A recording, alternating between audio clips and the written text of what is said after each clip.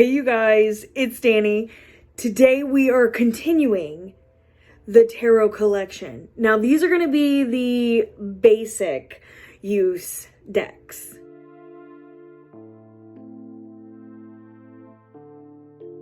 So let me start by saying this. The way that I'm going to rank these last two videos for tarot is going to be the basic use, ones that I used this year, well, in 2021, and the least used or not used yet in 2021 for the last video.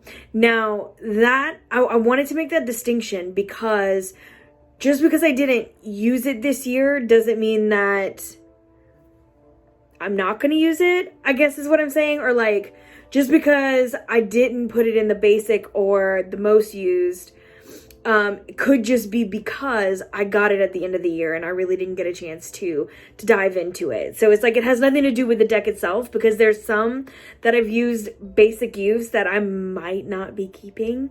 And there's some that I have in the least used or not yet used that may become a quick favorite. So that's just kind of how I'm separating them, whether I use them like basic use in 2021 or if I didn't use them at all or haven't got a chance to use them yet. Does that make sense? I hope that makes sense. Anyway, without further ado, let's get into the basic use. Alrighty, let's go ahead and get started with the ones that almost made the most used list. And I'm going to start with my beloved Revival Art. So this is the second edition. This was definitely a Dustin made me do it, although it took me a hot minute. I was so in love with the first one. I was like, this one I don't think is my style. And as usual, I was wrong. This is such a... I hate to use the word stunning. I feel like it's used all the time. But it is. It is absolutely breathtaking. Now, there are a little more biblical heavy images, but I don't think it damages what's being presented, if that makes any sense. I think it was just part of the time. So we see angels. A lot of times they're in the sword suit, which makes a lot of sense. We have really great portraiture. Now, I will say, the original Revival Art has my favorite court cards.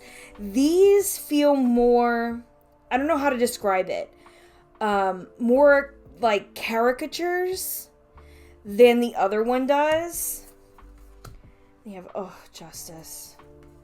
I love this chariot because it doesn't seem effortless movement. It seems like it's really taking some muscle behind that. But anyway, some more of my favorite images can be seen in here. There is so much to take from it, as usual with Revival Art. There's so many, I don't know, like different vibes and like different things you can take away from just the subtle kind of details within the images. I don't know. I could gush about these forever. Like, Revival Art is definitely my thing. So this is the second edition.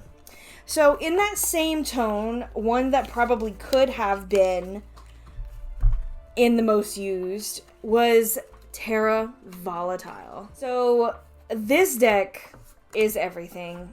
I love the feel of it. I love the color palette. It's got one of those kind of like muted settings, which y'all know I love. It is full of just little nuggets in each and every one. The interpretations and the intuitive pings that you get from this deck is, to me, like no other. It is beautiful. And I just feel like it holds a bit of the macabre in it in a few different ways. And I really do love that, because I feel like there are bits and pieces of the tarot that could really do with a little more of the macabre, because certain things in life are difficult and are not so great.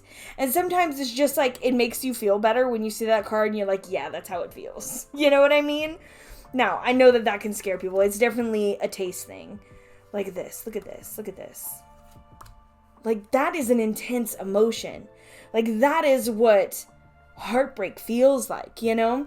And so I don't know. I really love that aspect of it. It's gorgeous. Again, another one I could gush all day, every day. And the only reason why I don't have this in one of the most used is because I was waiting on the coins to be written, which they are now on the website for the guidebook. And I was also wanting to spend a lot of time with this, which I plan on doing this year, because I do want to also learn the vessel suit, because this one has an extra suit in it. So it is a chunky deck, but they did a fantastic job. Up next is the Tarot of the Divine Masculine.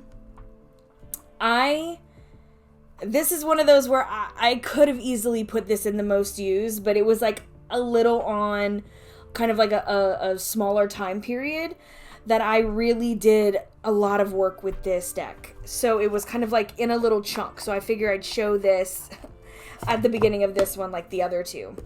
I feel like this is another one that I always want to use. Like, I always want to experiment with and to have these sort of images and this feel in my collection.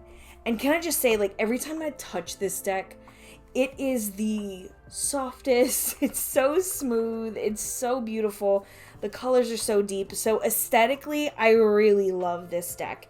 And I find that I connect so much with some of these images of the masculine in these raw and vulnerable places that I feel like that's what I want to see from some of my masculine characters. I don't need to just see them in a place of the emperor.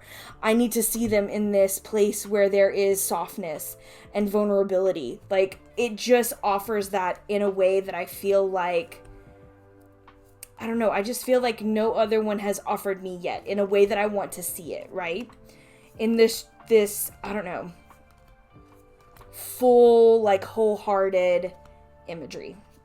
So I did use the Tarot of the Divine Masculine quite a bit this year. And I think I will definitely go on using this deck more and more, because I love so much about it. Definitely an underrated deck, in my opinion. I just don't see a whole lot of people talking about it, and it is a good one. Up next is a forever favorite, really, and that's the Moonchild Tarot. So again, another one that I use quite a bit. This year, I think experimenting with some of the other decks that I have, I didn't use it as much. However, it still came out quite a bit, and it stays not too far from my desk. I feel like this is very, like, I don't know, classic Star Child, Moonchild vibes, very aesthetic. I love using this for mind, body, and spirit readings. I feel like there is a particular vibe and a particular style of reading, maybe I would say, that I go to for this deck. Like, I wouldn't just pull it for shadow work, right? Like, unless it was very specific to that person. This is more like what's going on my path, in my spiritual setting. Again, mind, body, soul. Like, it is very much an otherworldly kind of Akashic record vibe to it. Does that make sense? I feel like I'm just jabbering about it, but I think y'all know what I mean. My next deck is the, oh my god, now I blanked out. What edition is this? Oh man. Third? Question mark? Fourth? Question mark? I don't know. I'll put it in the bottom. I know that they have a 5th edition that is kind of like a normal tarot size. And I'm not going to say the name because I I don't know how to properly pronounce it. I've heard it pronounced like 35,000 different ways. So I don't know. I call it the Yanessa. I don't know if that's right. However, this deck is freaking gorgeous. I spent a long time waiting for it to come back into print, and I got this edition. These are the backs. I think it's the third. I know that the fifth one, like I said, can be gotten in a kind of like a more shorter and thicker version, kind of like more of a tarot size, like a normal tarot size, whereas these are long. Now, I finally got my hands on the guidebook, which I really do love. It kind of explains the thought process of this deck and what the plants are and some little tidbits, which I really do love.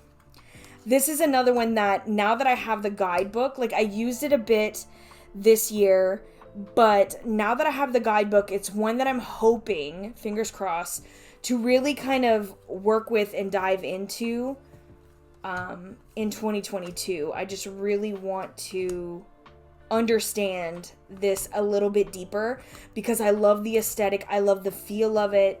I love the colors. Again, we have just a simple palette, just a few colors, and that just really lights me up. I don't know, there's something about it. Speaking of limited palette, we have the Golden Thread Tarot. This is, yeah, I wanted to see if it showed it. This is a Labyrinthos deck. Oh, here it is on the back. Dummy. So yeah, the Golden Thread, this is Labyrinthos. And I do love Tina's decks. This one, ooh. Okay, so for the longest time, I hope you can see this. Let me, look at that. There we go. We can see it a little bit better this way. These are foiled, and they are on, like, this, can you hear it? This thin kind of plastic cardstock, but I'm kind of in love with it. Like, it's one of those where, like, your hands come away a little glittery, and if you're, like, if the deck is cold and you're hot, or, like, vice versa, like, you do get handprints on it a little bit, but it's not terrible. They're awful for taking pictures of, if I'm being honest, or using on film unless they're in the right light. But in person, just using this deck, I really love. I don't think I've ever used it for anyone aside from myself. I don't think so. But it is definitely one that I enjoy. I like the feel of it in my hands because it's like fully black. It's like pieces of plastic. Check this out. Look at this bend. Like, you can just manipulate this deck however you want it. It just kind of slips and slides in your hand. And again, like, well, it's not going to do it now because I am a terrible fanner, but because it, like, wants to slip on the bottom. But anyway, this is a wonderful deck. I am a little more cautious with it because I am scared that I am going to take the gold off. So I use it for myself every once in a while. Like, I feel like I still get my use out of it. However, I don't excessively use it because I enjoy it so much. So I was using the app. I don't even know if I finished talking about that. I was using the app for this, and I used it for so long that I was like, I just need to buy the deck. I just need to buy it. Continuing with the golden hue, we have the Golden Tarot. Another one that doesn't really work super well for film. It's not so bad for pictures if you get it in the right space, but I'm gonna stand up again because I want to make sure that, okay, yeah, we're good. because these are extra shiny. They're extra gloss. You see that? But again, we have some kind of historically, I don't know, I want to say like there's a lot of like Christian style images, almost like medieval maybe. I think I'm in the right time period. Let me double check myself. Yeah, Middle Ages, early Renaissance. So I was right. See, I always second guess myself. I'm like, I know what I think I see, but do I see what I think I see? I do. So yeah, kind of medieval, very early Renaissance style, because you have like all the golden backgrounds, hence the gold tarot, have it all around. But I do enjoy the way that Cat Black does her decks. I like the way she collages. I like the images that she puts together. There's always something to see in this deck, and I feel like it does read really well. I have read for clients with it. Like I said, I do find it hard, though, to do so when I do video readings because of the light. It is, I mean, it catches every little thing. Not a huge fan of this kind of gilding, but it's not terrible. But you can see it's already starting to come off. Do you see that? But again, I use it, but I don't overuse it. I also spilled water on one of the cards. It might be that one that has it all taken off. It's alright. Anyway, another deck that I really enjoyed this year was Lamorphosis du jour. This is a Tarako Studios. Matter of fact, it was one that Lisa got, and then I got because Lisa got it. I was like, oh yes, I've been wanting it, and I saw her kind of messing with it and using it. She had gotten it, and I was like, oh, I'm just gonna do it. And she ended up not liking it at all, and I ended up loving it. I love it, and I think it's because it's for the exact reason that I think she doesn't. It is a more grown-up way of having like anthropomorphic images. Does that make sense? And again, it's sort of muted. It's got some absurdity, which I do love. It's got a little bit of, you know, morbidity, if you will. Like, this fox is literally about to beat or eat this rabbit. But all in all, it was fun. It was lighter. And so this is definitely one that I like for spring, because it gives me those vibes. And I don't have too many that do that. But this one is, it's like it's clear. Like, I don't know, clear. And I love this Ten of Coins because it makes me think that in this whole world, they used to be people and then they turned into animals. I don't know, I really like that. Anyway, there is our Metamorphosis du jour. Another light colors and springy air is the Ethereal Visions.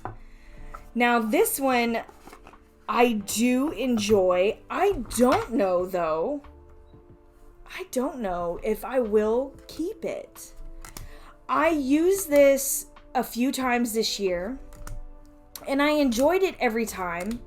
However, I do feel, as much as I love reading with it and as much as I've loved using it, I'm having trouble with the pastels. I thought I really enjoyed them at first, and like the more time goes on, the more I'm like, I feel like I'm looking at something faded. I want something with the same tone, only deeper. I do love all the gold foiling, but again, it's one that I'm having trouble with when I want to photograph or use in a client reading, because it does kind of obstruct what I'm seeing. And I know that tarot decks are not made for that, right? We're made to read with them, obviously.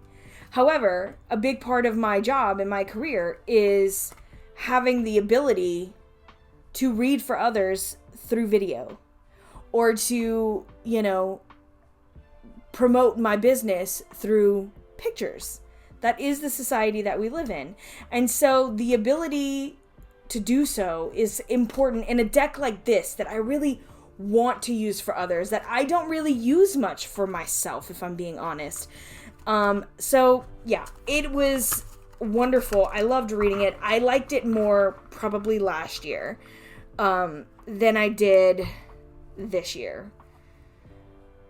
But that being said, like, it's definitely in limbo. I'm just, like, after using it this year, the jury is out on this one. I don't know yet. Let's keep in tune with our pastel princesses and talk about the Seventh Sphere Tarot. Now, this is the version that came in the exclusive Barnes & Noble's edition with the book. I'll try to link that down below if I can find it, but I'll also link to Lamorphosis, which is the same one as the Golden Thread.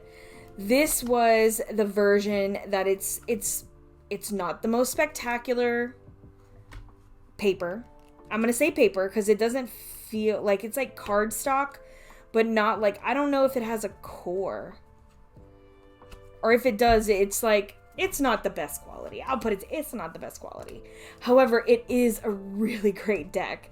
And for one that is so modern-ish, I really did fall in love with it. I used it quite a bit. I actually used it a lot in client readings.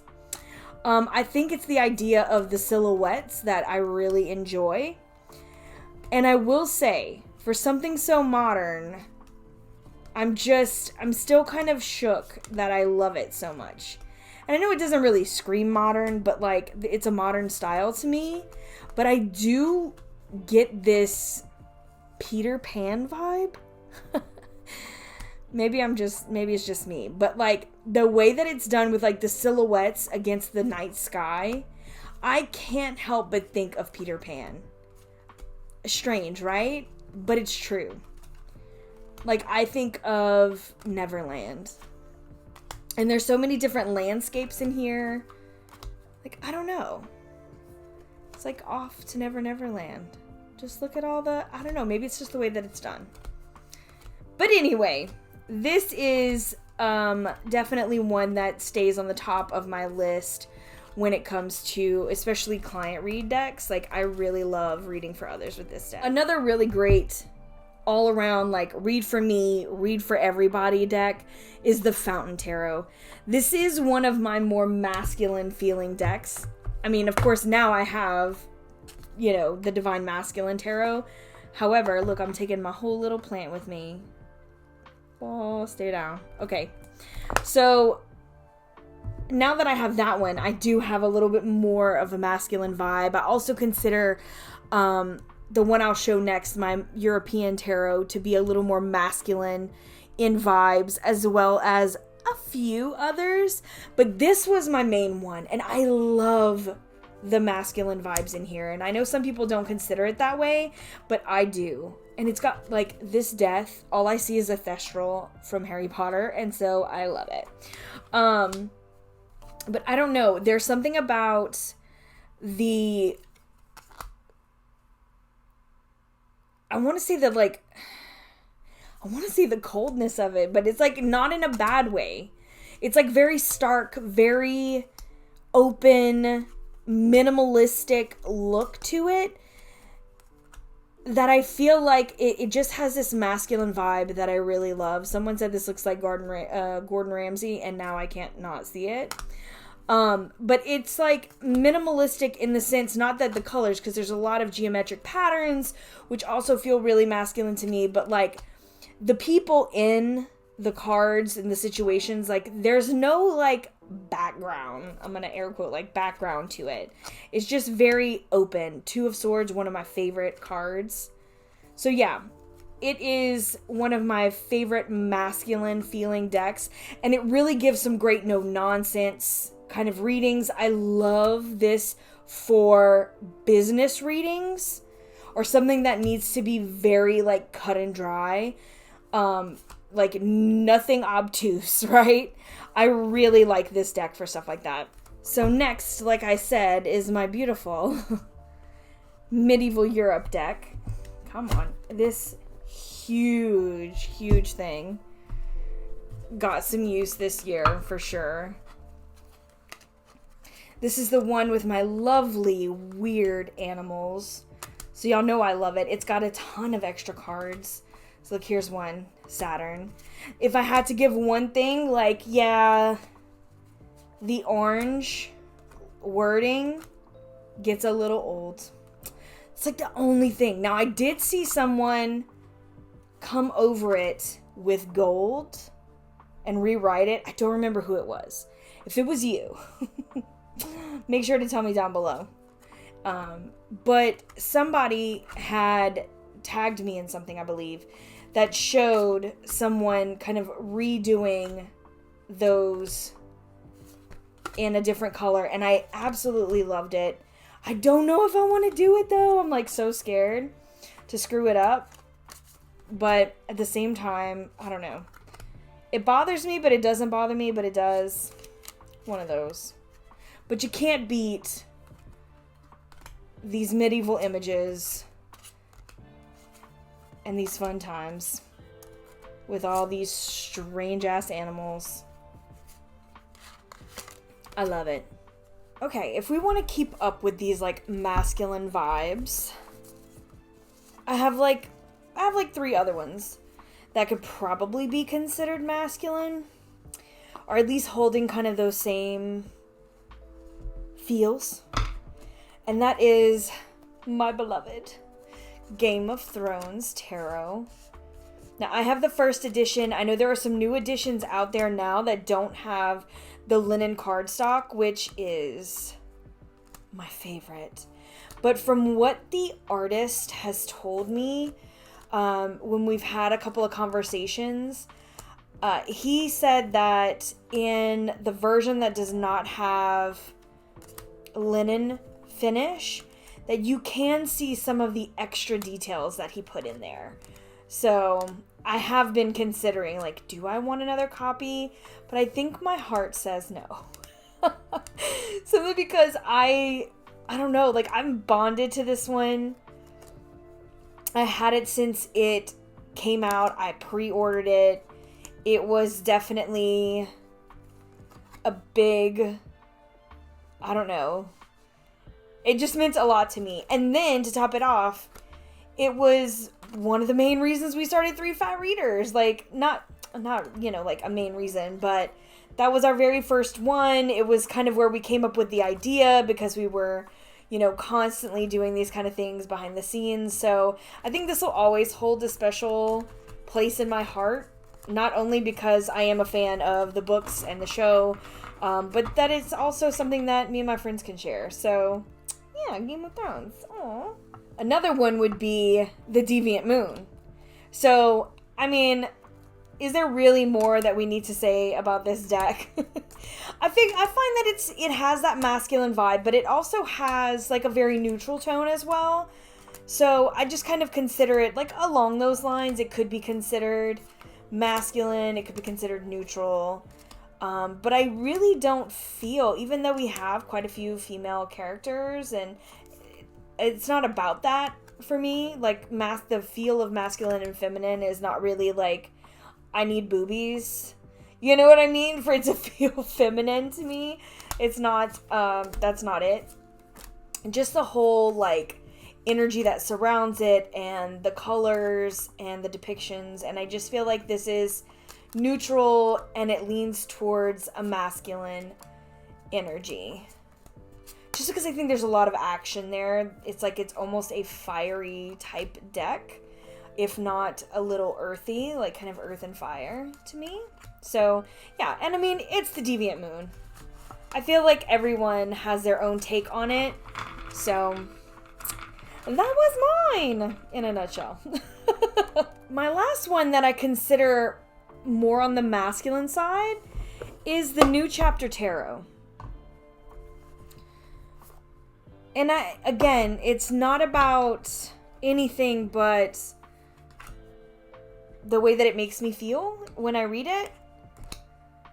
There's just, I feel like this is a complex deck. It's got a lot of layers. It's got a lot of meaning. I am still learning it. I am still kind of processing this deck. And I've been using it more than I thought I would this past year. So there's that. I just keep turning them every which way, and no way is the right way. I do love this crone energy for the death. Emperor, Hanged Man. So, yeah. Anyway, I'm still kind of going through this. Will I keep this deck long term? I don't know. However, I have been using it for myself. I've been using it for others, which, again, I didn't expect to do so quickly. But I do really find it interesting. Now for something completely different. We have Tarot of the Divine. Now, I do have a little cut on the side of this thing. But I have used it quite a bit. Again, we have the same sort of linen cardstock, similar, but not the exact same as the Game of Thrones tarot. This deck is a little bright. It's a little bright for me, but I can't deny that it is a spectacular reader. I've read for myself and for others where I didn't know if I would be able to. I didn't know if it felt, I'm gonna air quote, like, serious enough for me, but it reads beautifully. I connect with it more than I thought I would, and while sometimes I shy away from it because of the colors, it is still a very cohesive palette. There's not just, like, colors everywhere, which sometimes I like and sometimes I don't. This is very much a single set of colors, right? Which I do appreciate as a whole. But yeah, I mean, if I had to say anything against it, it would be that. But otherwise, the stories behind it, the meaning, the depth of the readings, from what I feel, you know, myself, it's like, I feel like so many things are represented, so many countries and so many backgrounds and so many different, you know, folklore and sort of magical feels. It really makes me excited to see all of this. Just like beautiful, beautiful cultures represented. And so that makes me very happy too. Something else with fairy tale vibes. Forest of Enchantment Tarot, you guys. I still have this in here. I haven't made its own pouch just yet because I dove into it in 2021, but I am definitely not done. And I just haven't taken the time yet to create its new space. I had it in just a little, one kind of like this. One of these clear, kind of see-through, kind of junky pouches when I was using it. And then I put it away for a while, so I put it back in its box because I hadn't made one yet. But I think that I will be making a bag for this one because I don't like to keep these big boxes around too much. Right now it's in my bookshelf. But anyway, more about this and not about the bag. This deck is just phenomenal. I really, really enjoy it.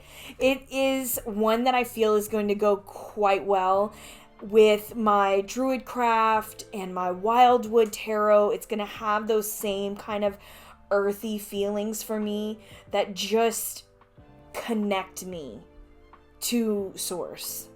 Because when I think of Source, when I think of the world, this is how I connect. I connect with foresty, wooded realms.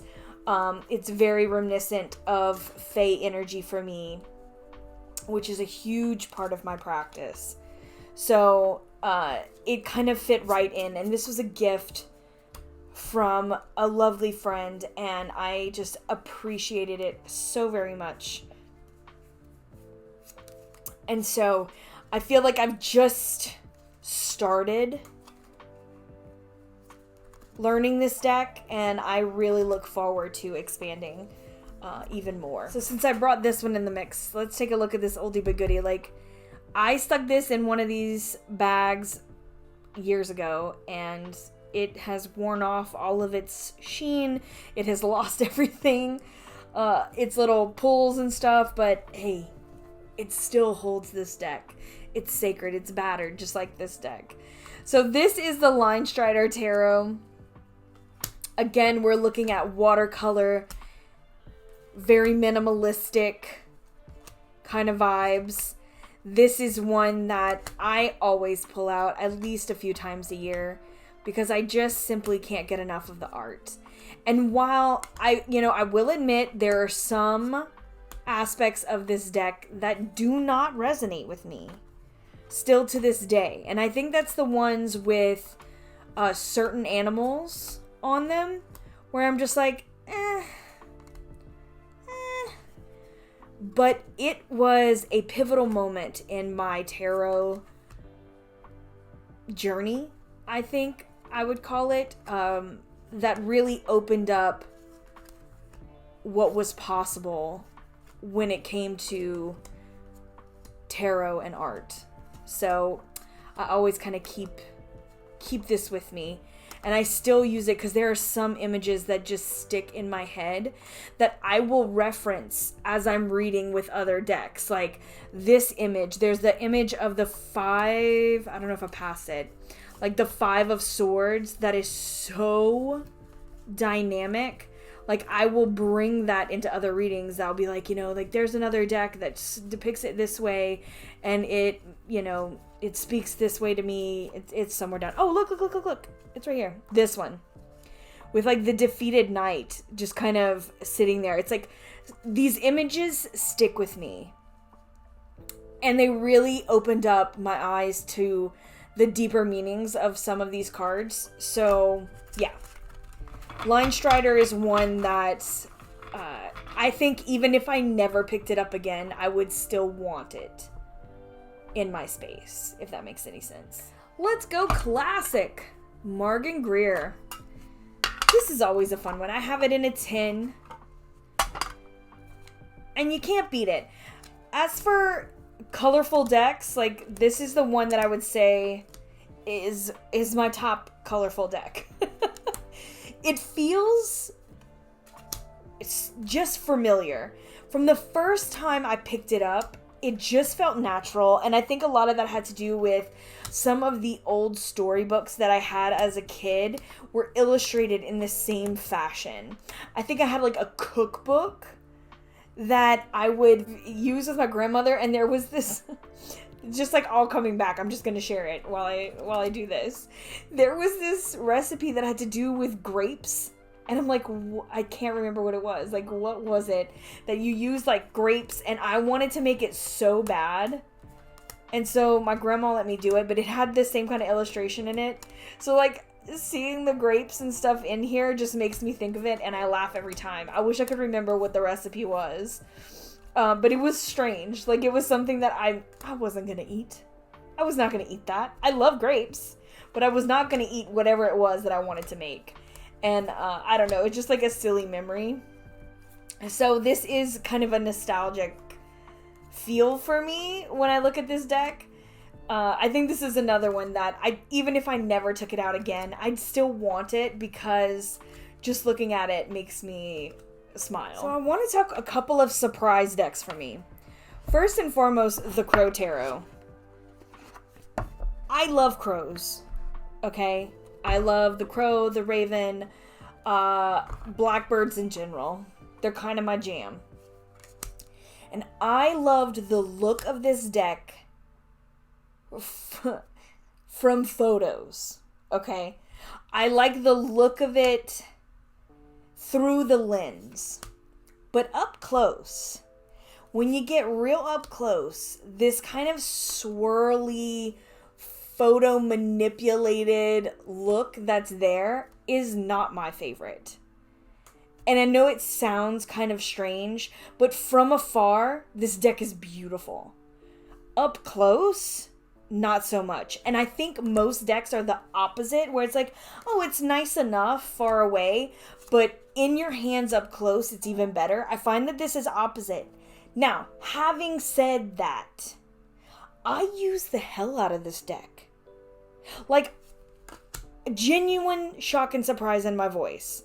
I used it so much for client readings this year. Like, to the point where I'm like, you gotta be kidding me. Like, I sit every time I go to read for someone. I don't just, like, grab what's around me and do a reading. I sit in front of my desk, my altar. I open my tarot cabinet, and I look around, and I concentrate on their energy. I concentrate on what they need to know, and I pick from there. And there are sometimes I'm sitting in front of that altar and arguing with myself. You know, like, I'm like, I really am drawn to this, but, like, I don't want to read with that. You know what I mean? Like, oh, I don't know if that's going to work. I don't know if that's going to work. And every single time, especially when I'm, like, having to convince myself to use it, where, like, you know, spirit is telling me one thing and my own opinion is really trying to buck up against it. Every time I give in and grab the deck and use it, I realize once the reading is over why. It's like maybe it has images that no other deck has, that can be delivered in a way that no other deck has. And I think that this holds a lot of that. There are minute details that feel really lost on me when I look through it without a purpose, I guess you would say. But when I look through it in the lens of the reading and in the lens of kind of listening for what it's telling me in a particular situation, things open up like I never expected.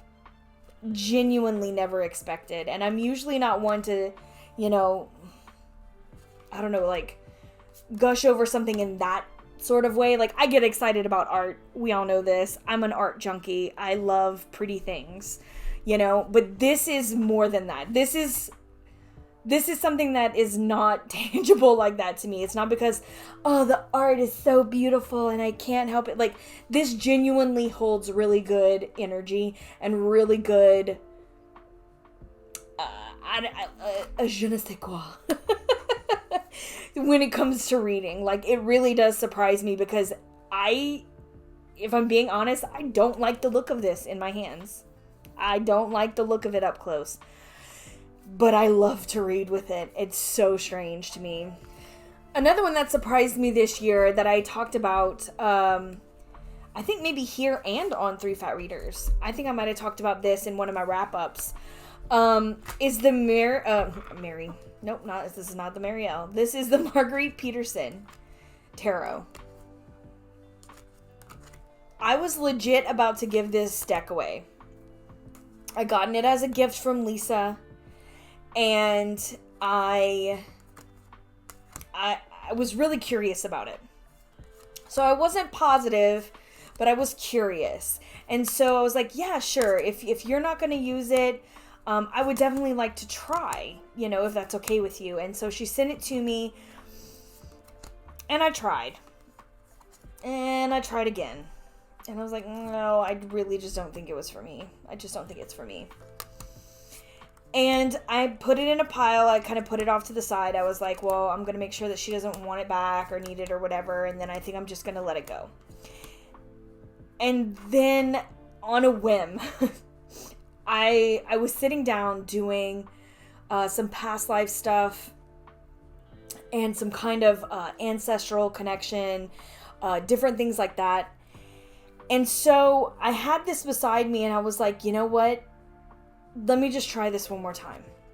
Because the more I thought about it, the more I'm like, it kind of reminds me of soul cards in like a weird way. So I picked it up and I used it for that kind of work. And hands down, blew me away. I feel like this may be, and it has been this past year, my go-to cards for past life or ancestral work. There is just this open space, this kind of inexplicable knowing that happens when I use this deck to do that. It's like things pop out at me that I never saw before. Feelings stir up in me that don't seem possible by just looking at this. So it's like I found the right purpose for this deck, And I don't think I could use it for anything else because the Lord knows I tried. This has a very specific place in my collection, and I am thankful for it. Speaking of another try, every time I talk about this deck in the past, I'm like, I don't know if I want it. I don't know if I like it. And I really did my best. I said I would, and I did. I did my best to use this deck this year. Because I kept saying, like, I don't know why. Like, I don't think I'm ready to give it away, but I really don't think I want it anymore. I'm going to put it to the side. If I don't use it, then I'm just going to let it go. While I didn't use it like an extreme amount, I did use it. And I fall in love with it every time I do. It's got, I don't know, it's got a unique perspective. You know, it being a round deck, number one, obviously, but like beyond that, some of the images are just so unique. There is a unique feel to it. And I mean, who doesn't love this damn mermaid? She is my favorite. She's my favorite.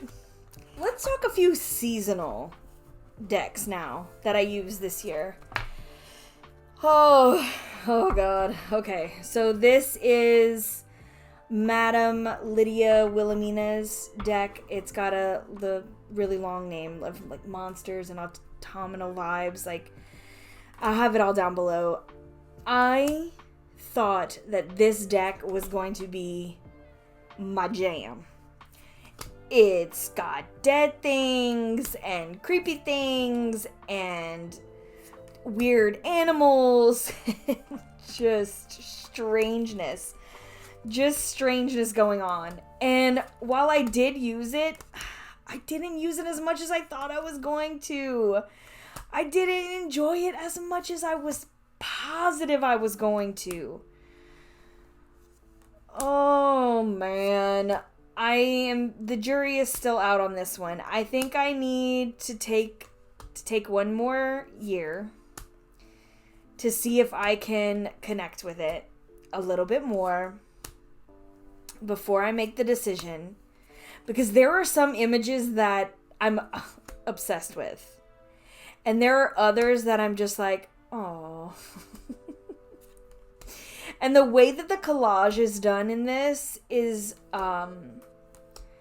it's not, like, some decks are very seamless in their collaging. This one is not so. It is a little more clunky. And there's nothing wrong with that, because sometimes that's what makes the whole deck.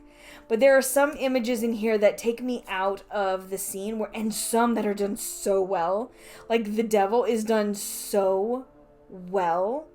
Like, obsessed. But then they have some, like, this kind of Six of Wands, where it literally feels like, I don't know, like it's disconnected. And again, some that are just beautiful. So, I don't know. I think the jury's still out. I don't think I got enough of a chance to use it. I don't know. Like, even looking through it, I'm still very intrigued by it. So, I'm definitely not ready to let it go. I can say that for sure. But I am still on the fence. I don't know. I don't know. It definitely needs to be used some more. I think that's just what it is. Oh, one that I used more this year than I did before is the Dark Woods. And I've said it before, and I'll continue saying it. These deserve bigger cards. The art just deserves bigger cards. I will say one great thing about this deck is that it does come with a big guidebook that's got full page color pictures, which I do thoroughly enjoy. But this is one that also surprised me for client reads this year. I had never used it for client reads before. It's not one that I'm usually drawn to. But it was another one of those instances where it was just like, I need the Dark Woods. And I was like, no. You need the Dark Woods? No. And so I gave in and I used it. And it it blew my mind. I'm not even gonna lie. It blew me away. There was just images in here that literally no other deck of mine had. There was no way I was gonna get those messages without this deck. And I thought that that was just absolutely amazing. I love when that happens. And so it really solidified the use of this deck for more than just the beauty of it. Again, this is one where the artwork alone is enough for me to keep it, because even if I would never read with it, this is something that I would maybe cut up and put in a journal, or make a collage with, or put something up on my wall, or just pin it because I love the art. The art itself is worth it, but the readings surprised me this year. Okay, another one that I gave a shot. I got it in my little cauldron bag. The Everyday Witch. I got the little bitty version. So I did use it this year. And while I'm still not fully convinced that I like it, I did use it, and I am still interested in using it. So there's that. Again, there was a lot of, I don't want to say like arguments about this deck, but like I know I struck a little bit of a nerve when I said that there are some images that take me out of this world, and some people were like, well, why can't witches do yoga, or why can't, they have this? And it's like, I'm not saying that they can't. I'm just saying that there is a huge difference between the world that they portray. They portray castles and, old witchery, and then modern things. And for me personally, it was jarring, and it pulled me out of this like Renaissance type look, like I think Ren Fair. But then we have things like motorcycles and, office settings that just don't vibe with it. And so, yeah, it's just a personal thing to me. So like I said, I did use it. I did enjoy when I used it, but I'm still not super convinced that I'm going to keep it. But it is worth another shot to me. And like a part of me wants to just pull some of these cards out and be like, okay, it's better. Like, again, birthday balloons. It just doesn't feel right in this setting. But that's a personal preference. So, up next is the Halloween Tarot. I mean, there's not a lot to say about this aside from it's just fun. I used it. I enjoyed it. I used it only at that particular time just because it is a little like childish in its portrayal of Halloween, which is fine. I'm not saying that that's a bad thing. However, I'm looking for those vibes in a very specific way. It's not one that kind of goes with my style of reading to be used at any other time. I know some people are like, it's Halloween every day of the year. And while I feel that on a deep level, it's on a more serious level versus a more childlike level, which I do feel like the childlike Halloween vibes for me come out around Samhain. It more so than any other time of year. So for me, this is definitely a Halloween deck, period. So I know it's not a season per se, but I feel like mermaids have their place in summer. So I use the Dame Darcy Mermaid Tarot in the summertime. Oh, I really wanted to love this deck more than I did, if I'm being 100% honest. Gosh, I really did. The idea of the like old school vintage vibes, the almost like under the sea kind of filter look it's got.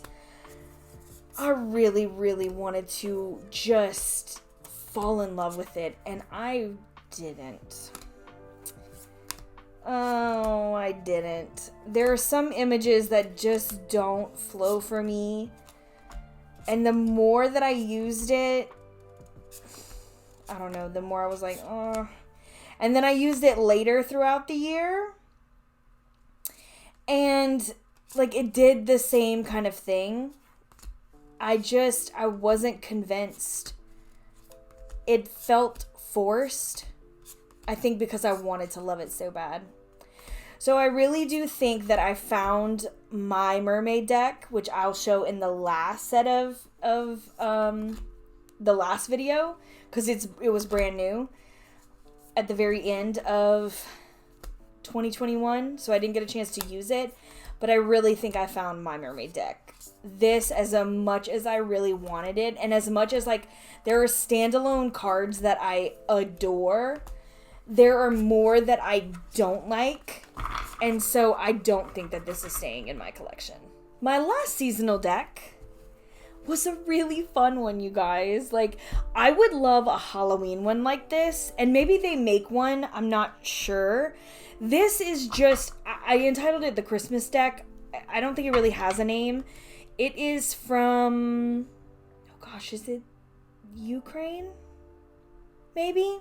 This is just a Christmas deck from Etsy. It is, I mean, it's flimsy little cardstock. It's nothing spectacular as far as that goes, but the images are so delightful. It is like vintage Christmassy vibes, a lot of Father Christmas, just cute little, like, Victorian style children, very picturesque, and it just brought, I don't know, it just made me feel really happy. It made me feel incredibly happy using this around Yule and Christmas time. I don't know, there's not much to it. I don't think I would ever read for it, like, for others with it, but I loved doing, like, daily draws with it, posting it on my Instagram. I did readings with it, so, like, it can be read with. I think anything can. It was just fun. And so I really enjoyed. Look at this Ten of Swords, these two little kids. Bruh. Anyway. It was delightful. I just had fun. Oh, look. This one says, it was even, like, stuck in my deck. I can't believe it never popped up. Vintage Christmas Illustrations Tarot. Created by Wisdom by KK. Let's talk the Sassy Burrito. So I just found out that they came out with the matte version. Do they also have a travel version of this now? I can't remember. I know the Wild Unknown came out with a travel version.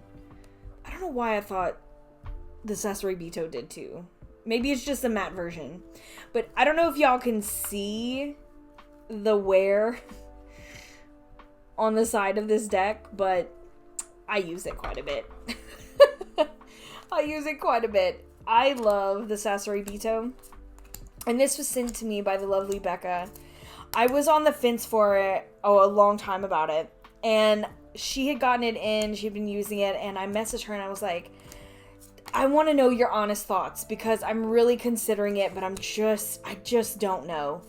And she was like, you know what? I'm not using it. I don't use it. So she gifted this to me and I was just over the moon. So I got it in and I started reading with it and I really did fall in love with it. I considered for sure getting the matte version and checking it out, but at the same time, I love this version. I'm bonded with it. I know it's the same exact deck with different cardstock, but like, I love this deck, and it was sentimental for me, you know? My friend sent it to me, and I really enjoy that, you know? So I don't think that I will upgrade unless something tragic happens to this deck, which, you know, knock on wood, it does not. It is always a beautiful reader. I read for myself and for others with it. It is really expressive, and I don't know, I feel like the Sassy, at least to me, is like a classic deck. Maybe it's just in my eyes. And I know that it's an indie deck, so it's like, oh, well, classics have to be available, you know, mass market. But I don't think so. I don't think that that's true. I feel like a classic in my practice, you know, I think we all have our own classics. Wouldn't that be fun? Okay, TM, I'm gonna make it out. I'm gonna do this. I think I'm gonna make a tag with like my classic decks. What do y'all think? Let me know in the comments. We should totally do that. Like, I don't know, top 5 or even top 10 my classic decks. TM, trademark, I got it. Ooh, let's talk the Cosmic Slumber Tarot. Because I did use this for a few client readings as well as my own readings this year. And I like it. I really do. I thought I might. Seeing it on a couple people's channels as they did their walkthroughs and stuff like that. And I was like, you know, I think I could maybe like it, you know, because it is colorful. It's got a lot of color, which is not normally my jam, but much like Tarot of the Divine, Tarot of the Divine, I always feel like I'm messing up the name of that deck. Anyway, it's got a very basic palette. While it's bright, it's still a very basic palette. And this definitely does feel like a dream. And I think that's what makes me excited about it, is that sometimes, again, it's about, for me, it's about what I need out of a tarot at a specific time.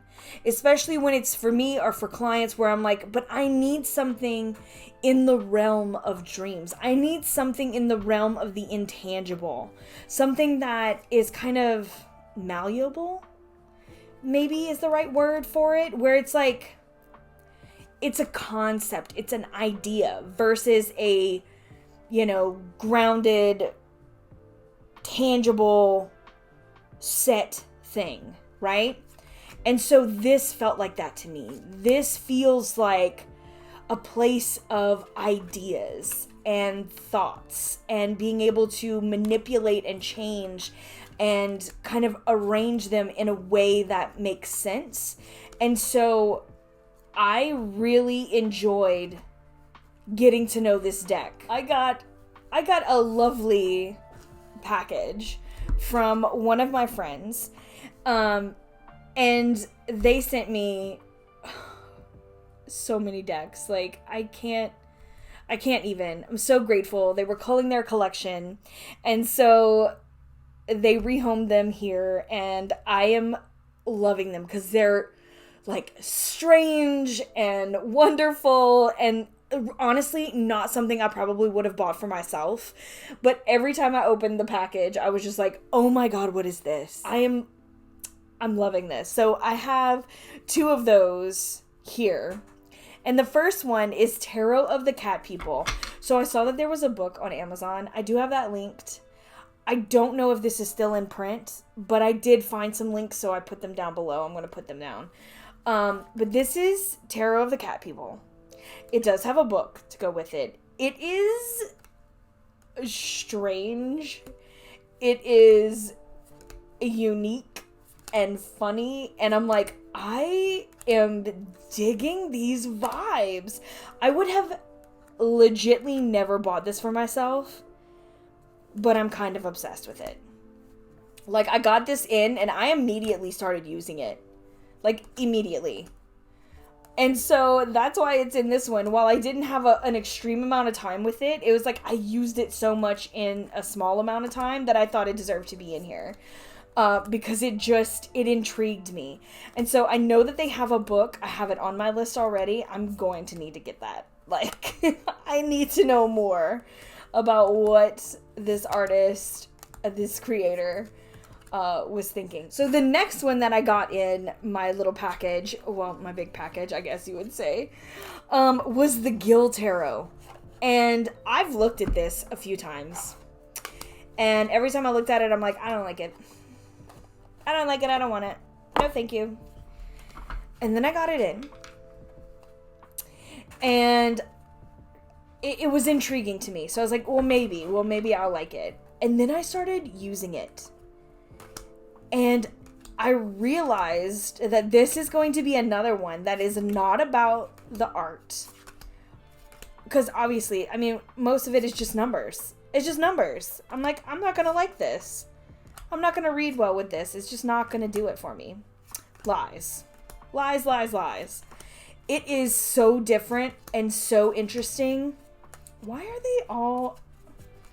Listen, I can't explain why I do certain things and why my cards are out of order and upside down. I don't know. But all in all, it's a fun deck. It is an interesting deck. I am still, look, another one. I am still learning. Look at this. What did I do, you guys? What did I do? I'm still learning it.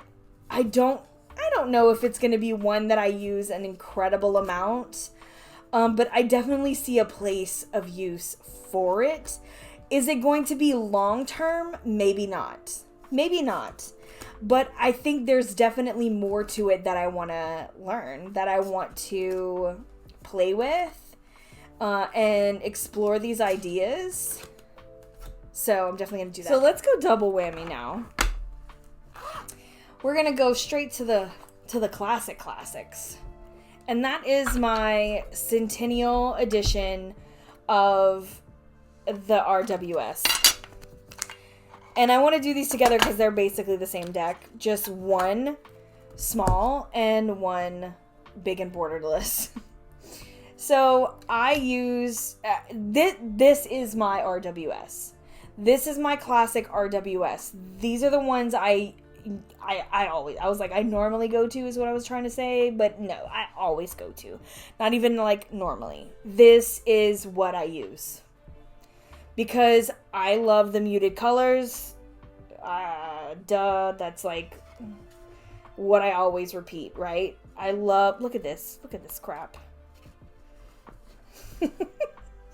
I love this palette. I love my big one because it's borderless and beautiful. I love my small one because I can throw it in my bag and literally not worry about it because it's in the tin. And like, I love that idea about a tinned deck in general, but I rarely bring them with me if I'm being honest. But this one, I actually do. So yeah, this is my version of the RWS that I 100% always go to because of the color and style. So yeah, on to the next. One of my favorite decks. It's still one of my favorites, especially when it comes to a pip style deck. That is the Antique Anatomy or the Modern Tarot Readers, which is what I got.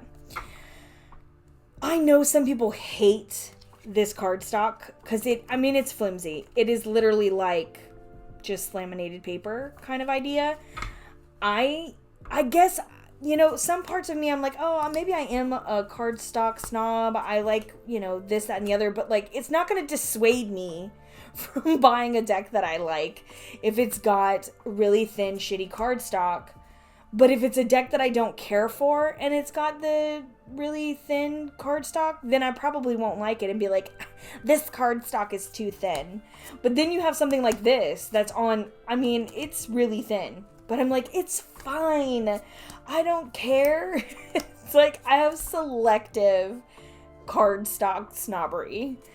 This, I think with this one, I love it so much. And because it is a mass market deck, I don't care. Like, in the most sincere way. Like, I'm not scared of messing it up.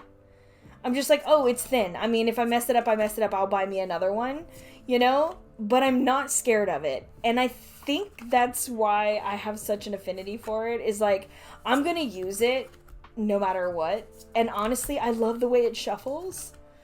I read for myself. I read for others. I pull this deck out and flip through it. I love it that much. And of course, with my Oracle of Oddities, it's a match made in heaven. On next to a fun little deck that I keep tied up. It's one of the only ones that I keep tied up in a floral handkerchief. This is a vintage hanky that I got from a good friend of mine for her wedding. This is Tarot of the Hidden Realm. I love this deck. I always take it out a couple of times a year.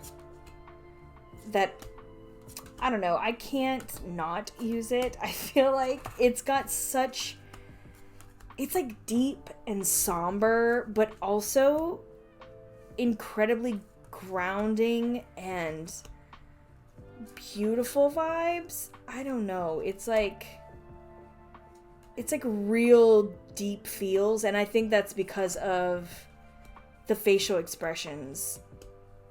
This deck is all about face.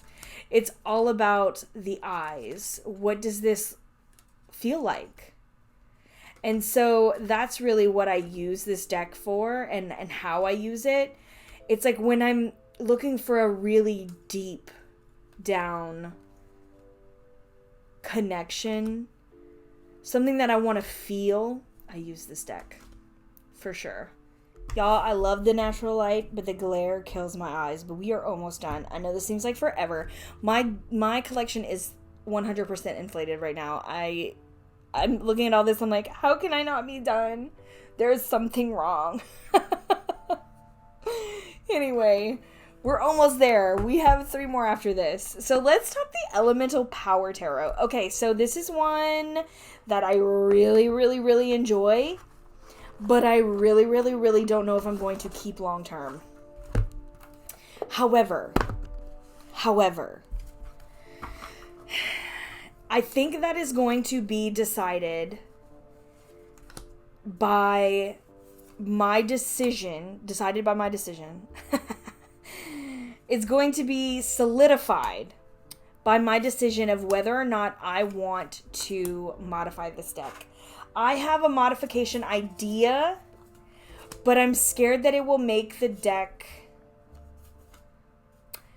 I don't want to say unusable, because that's not, it's not that it's going to be unusable, but that it'll be more delicate unless I can figure out how to do it in a way that will stay. I don't know. I'm trying to, here's my thoughts.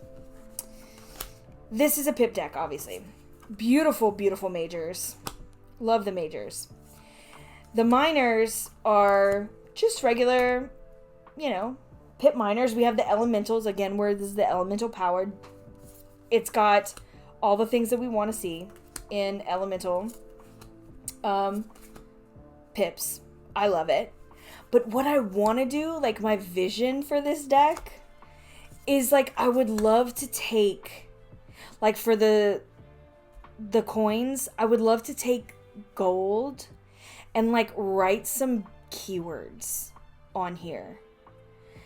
And like just kind of add to it, or like take these swords and write, in black or in gold or in silver, some keywords, something that'll fit and flow and look really nice. But like I want it to stay, because like initially I thought of taking, I took a bunch of tea bags apart after, using them to stain some paper, and it creates these really great things to layer with. Like if you take the tea bag itself, the paper from it, and lay it on, it kind of goes see-through, and it's really kind of a cool texture. I was thinking of also like, oh, can I put that on there and then write on top of it? But then that'll obstruct stuff. It might come off. It might start to peel. So I'm like, I don't know. But like if I don't add the words to it, I feel like I really don't know if I'm going to keep it. And I know that sounds strange, because again, I feel like I can read it no matter what. It's about it being, the 6 of fire, the 6 of wands. It's about being the 6 of swords. It's about that. But I think it's because I see it in my head what I want to be on the card. And like, I can't not see it now that it flashed into my head. So I'm like, every time I look at it, I'm like kind of disappointed, because I want to see those keywords on there. So I don't know. I loved using it. The guidebook is phenomenal. And like, I just want to have it with me without having to bring the guidebook with me, and like to still feel those things. But now that I have it in my head, I can't get it out of my head. Okay, Were y'all wondering if this was going to come in? My mini Queen's Tarot. Y'all, I swear, I never see anybody else using this deck. And I don't know why. I love this deck so much. Of course I used it this year. Of course I did. Look at these strange and beautiful drawings. These weird bodies. I love this deck so much. I like the hairy butts. I like the big lips. I like the chunky thighs. I want to see those hairy legs and stubble on the faces. Weird eyeballs. I just adore this deck. Again, I believe I said it last year, or maybe I said it in some other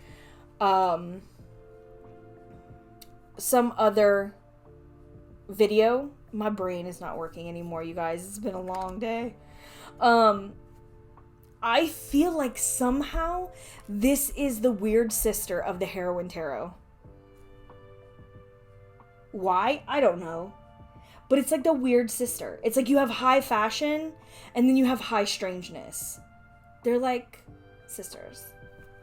And nobody can change my mind. You cannot change my mind about it. When I see this, I think of that. When I see that, I think of this. They are sisters, and I love them for that. I do. This is such a great deck. So here's my last two tarots. They kind of go together. So I want to do them kind of like, you know, one after the other. I'm going to keep one on the table. I'm not going to link these just because... copyright maybe, licensing issues maybe. So, okay. We all know I'm a huge Potter fan. So these, I'm gonna give you a glance at the back of this one. These are Wizarding World inspired tarots, if you will. So, okay, this one I found on Etsy. It is a bit dark. Some images are really hard to see. You really have to look closely. I mean, if you're familiar with the film itself, you're gonna know automatically what it is. However, I did do a full walkthrough of this. My first impressions when I first got it in, I unboxed it, everything. I took it down because I was not sure. I don't think there's any sort of licensing that was done. So because of that, I was like, oh, maybe not. Maybe that's trouble. Maybe that's asking for trouble. And I don't want trouble. So with this one, I will say, I'm still trying to figure out a way that I could best share this with you guys in a deeper way. But like not have to worry about stuff like that. Maybe that would just be, I don't know, something with an unlisted link. Or maybe that would be best with, I don't know. But I really think that these are worth sharing. So this is my other one. Here's the backs. Now this one is not sold anywhere. You have to contact the creator. These are all hand-drawn scenes and depictions from, I would say, based on both the movie and the books. Like, there are some things that are more in line with the books. And this, of course, is also a Thoth-based system. There is a lot of symbols, and the setup that it is a lot different. So I do really love that. It does come with a guidebook, which is rather interesting. So this one is you know, I knew this one was around. I believe Lisa showed it on her channel. And so I knew it was available, but I wasn't sure if this was the kind of style for me. But I ended up really loving it. And I really ended up finding so much depth in it and really connecting to the story on a level that I felt spoke to me. And again, with both of these, there are some things I would change. I think as a fan, you know, when you're in a fandom, there can always be changes, right? Because the way that you see things, like, perspective is everything. So my interpretation is not only based upon how I felt when I was a teenager when these came out. You know, I was 13 years old. And so I've been with this series for quite a few years. Through my 20s, through my 30s. This has been a huge part of my life. So there's a lot of stuff that is skewed into my perspective of not only the 13-year-old girl who picked up Harry Potter and fell in love, but also growing up with the story as the story progressed, and then seeing it from the point of view of just living life and going back and reading it multiple times. And so your images change of these people, and it changes with the story depending upon what part of the life you are living, right? Like what part of life that you're in. And so it is very fluid to me, and it kind of shifts and changes. So like some days I'll see, you know, I can understand Dolores Umbridge as Justice. And other times I'm like, she is the devil.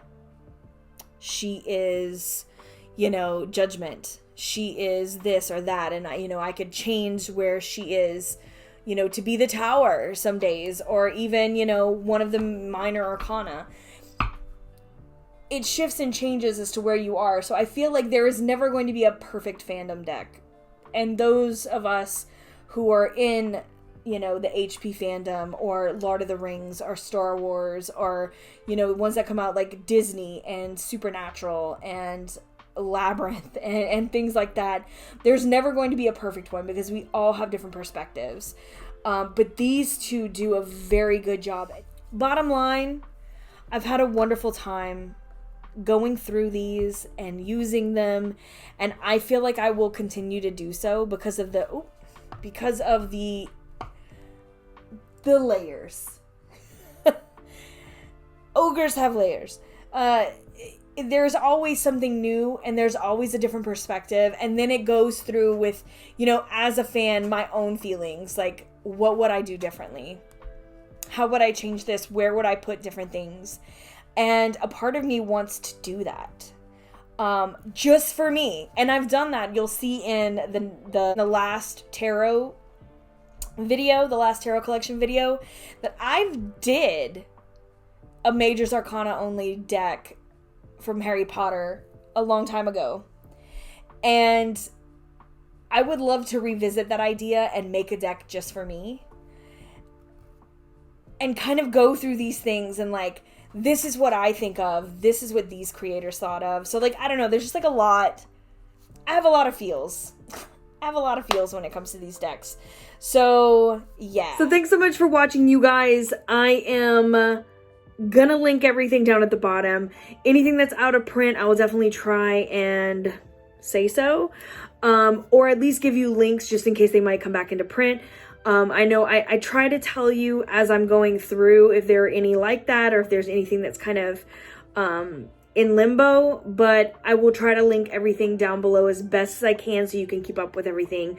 Also, there's going to be links to my Etsy shop, how to book a reading, 3 fat readers, all that good stuff. And I will talk to you very soon, and we will be finishing up the tarot collection and moving on to the oracle very soon. I'm sending you all my love. Mwah! Later, Gators.